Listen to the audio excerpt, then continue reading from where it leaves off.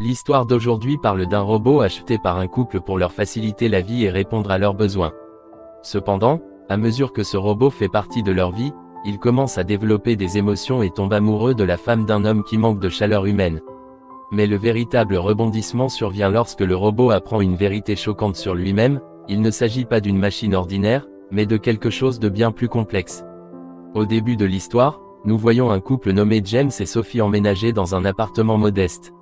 La situation financière de James n'est pas terrible, alors ils partagent l'appartement et gèrent ensemble toutes les tâches ménagères. Malgré les difficultés, ils sont vraiment heureux dans leur vie simple. Profondément amoureux l'un de l'autre, James est le fils unique d'un riche homme d'affaires, mais pour certaines raisons, il reste loin de la vie luxueuse de son père et choisit de vivre une vie plus ordinaire avec Sophie. Cependant, un jour, James reçoit une nouvelle qui change sa vie: son père est décédé, lui laissant toute sa richesse et ses responsabilités commerciales. James doit maintenant reprendre le vaste empire commercial de son père. À contre-cœur, James et Sophie quittent leur appartement confortable et emménagent dans le grand manoir du père de James, mais Sophie a du mal à s'adapter à ce changement soudain. Elle est habituée à vivre une vie simple en faisant tout le ménage elle-même dès le premier jour. Elle demande à tous les domestiques de partir, préférant gérer le travail seule. Lorsque James rentre à la maison et l'apprend, il explique gentiment que gérer une si grande maison seule ne sera pas facile. Il insiste sur le fait qu'ils ont besoin des domestiques, mais Sophie est fermement en désaccord. Elle croit que, comme avant, ils peuvent tout gérer seuls. Malgré leur désaccord, leur lien reste fort et ils trouvent du réconfort l'un dans l'autre. Cependant, au fil des jours, James est de plus en plus occupé par son entreprise, laissant Sophie seule dans l'immense maison aux prises avec une charge de travail écrasante. James le remarque et partage son inquiétude avec un ami qui propose une solution. Mon père travaillait dans une entreprise de robotique. Son ami explique que le propriétaire, Julian, fabrique des robots qui ressemblent exactement aux humains et peuvent gérer toutes sortes de tâches. Peut-être devriez-vous envisager d'en acheter un. Des noms curieux de J emmènent Sophie à l'entreprise. Le lendemain, ils sont tous les deux stupéfaits de voir des robots qui ressemblent et agissent comme de vraies personnes. Pendant un instant, ils s'inquiètent de ce qui pourrait arriver si ces robots se retournaient contre les humains à l'avenir. Cependant, Julian les assure avec confiance que ces robots IA sont entièrement sûrs. Mon père a consacré sa vie à les développer et j'ai passé la moitié de la mienne à les perfectionner. Ils ne feront que ce qu'on leur demande de faire. Pour le prouver, Julian ordonne à un robot nommé Henry de lécher la chaussure de James sans hésitation. Henry suit l'ordre, convainquant James et Sophie de leur obéissance. Impressionné, il décide de ramener Henry à la maison à partir de ce jour. Henry gère toutes les tâches ménagères avec précision et facilité, ce que même une équipe de domestiques ne pourrait pas accomplir.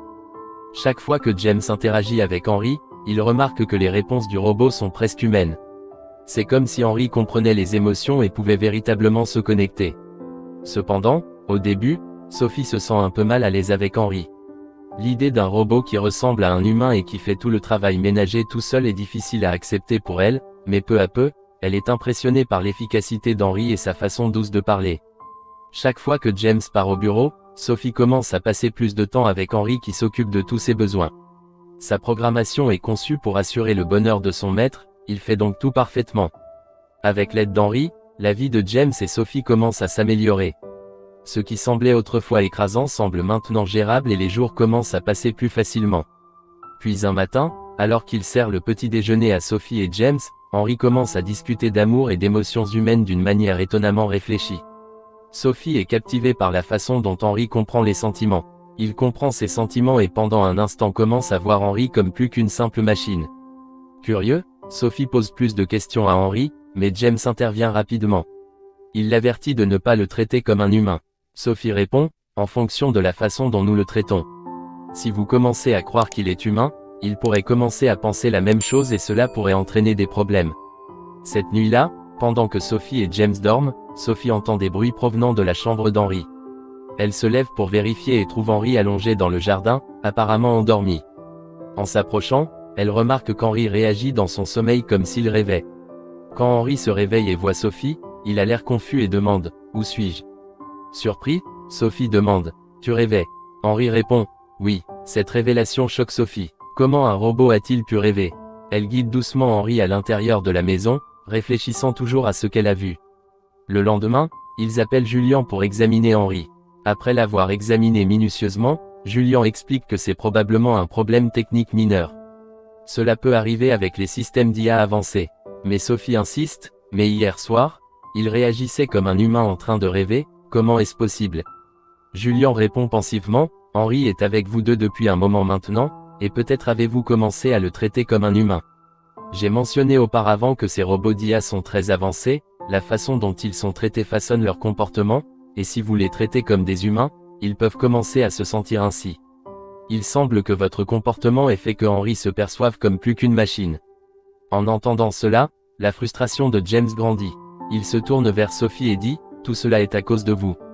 Vous le traitez comme un humain, et maintenant, regardez où cela nous a menés.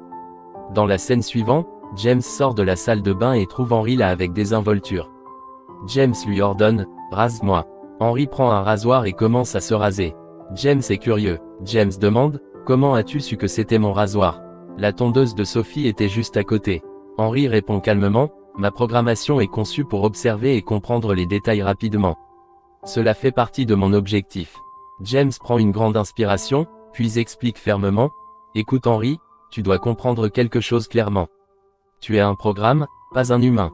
Tu es là pour aider, pas pour ressentir. Tu suis les ordres, pas d'émotion, pas d'indépendance. Cette nuit-là, Sophie entre dans la pièce mais parle à peine à James. Elle prétend être fatiguée et va rapidement se coucher en fermant les yeux. La scène change. Sophie et Henry sont ensemble, en train de parler doucement.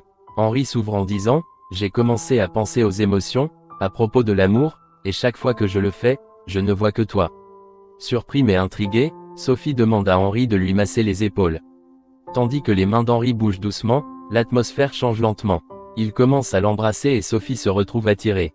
Les deux commencent à devenir intimes, mais soudain Sophie se réveille, surprise. C'était tout un rêve. James remarquant son malaise demande, tu rêvais? Sophie est toujours en train de traiter les réponses, oui, mais je ne me souviens pas de ce que c'était. Elle décide de ne pas partager ce qu'elle a vu, en le prenant pour un simple rêve aléatoire. Plus tard, alors que James se prépare à partir pour le bureau, il remarque Sophie et Henry au bord de la piscine, en train de rire et de discuter. Il y a une aisance indéniable entre eux, qui suscite un sentiment de jalousie chez James. Troublé, il décide de rendre visite à Julian. Quand James exprime ses inquiétudes, il dit, à cause d'Henry, ma femme m'échappe, j'ai l'impression qu'il est plus qu'un robot maintenant. Julian rejette l'idée en répondant, c'est impossible, James. Henry est un robot, il ne peut pas ressentir d'émotion. Il ne fait que ce qu'on lui dit. S'il semble s'en soucier, c'est juste parce qu'il est conçu pour répondre à vos besoins. Si vous exprimez un désir, il essaie de le satisfaire. C'est sa programmation. Malgré l'assurance de Julian, James rentre chez lui frustré. Sa jalousie déborde et il confronte Henry avec colère, déclarant, à partir de maintenant, vous n'êtes qu'une machine, pas d'émotion, pas de sentiment. Plus tard, Henry dit doucement à Sophie, James m'a interdit de vous parler. Trop choquée et blessée, Sophie confronte James, pourquoi le traitez-vous de cette façon? Il n'a rien fait de mal. La dispute s'intensifie et, dans sa frustration, Sophie décide de quitter la maison. Dans la scène suivante, James et Henry partagent un moment gênant en jouant à un jeu, essayant d'apaiser la tension. Henry prend la parole, James, toi et Sophie passiez tellement de temps ensemble, mais quand tu étais occupé avec les affaires, je suis rentré dans la maison. Au fil du temps, Sophie a commencé à me traiter comme un humain et non comme un robot. Ce malentendu est ce qui a créé ce fossé entre vous deux. James a du mal à comprendre ses émotions, obscurcissant son jugement. Plus tard, dans la salle de bain, James demande à Henry de le raser.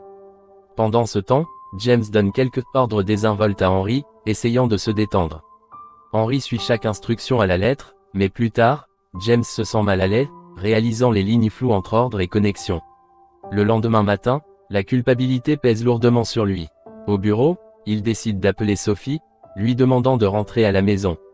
Quand Sophie revient, Henry reprend ses tâches habituelles, tout en lui massant les épaules. Il se penche de manière inattendue et l'embrasse. Au début, Sophie répond, mais quand Henry dit doucement, « Je crois que je suis en train de tomber amoureuse de toi », elle s'éloigne, choquée.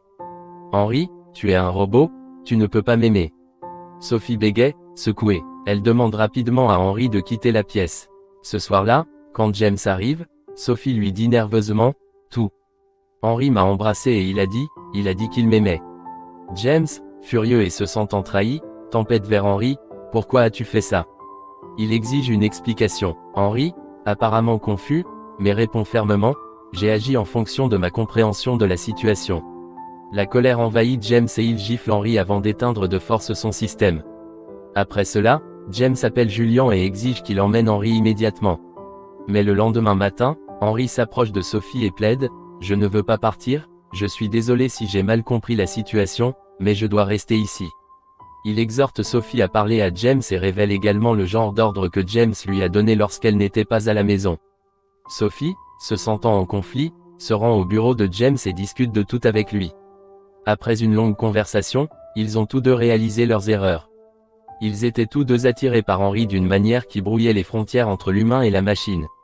Ils comprennent qu'il était mal de traiter Henry comme autre chose qu'une entité programmée.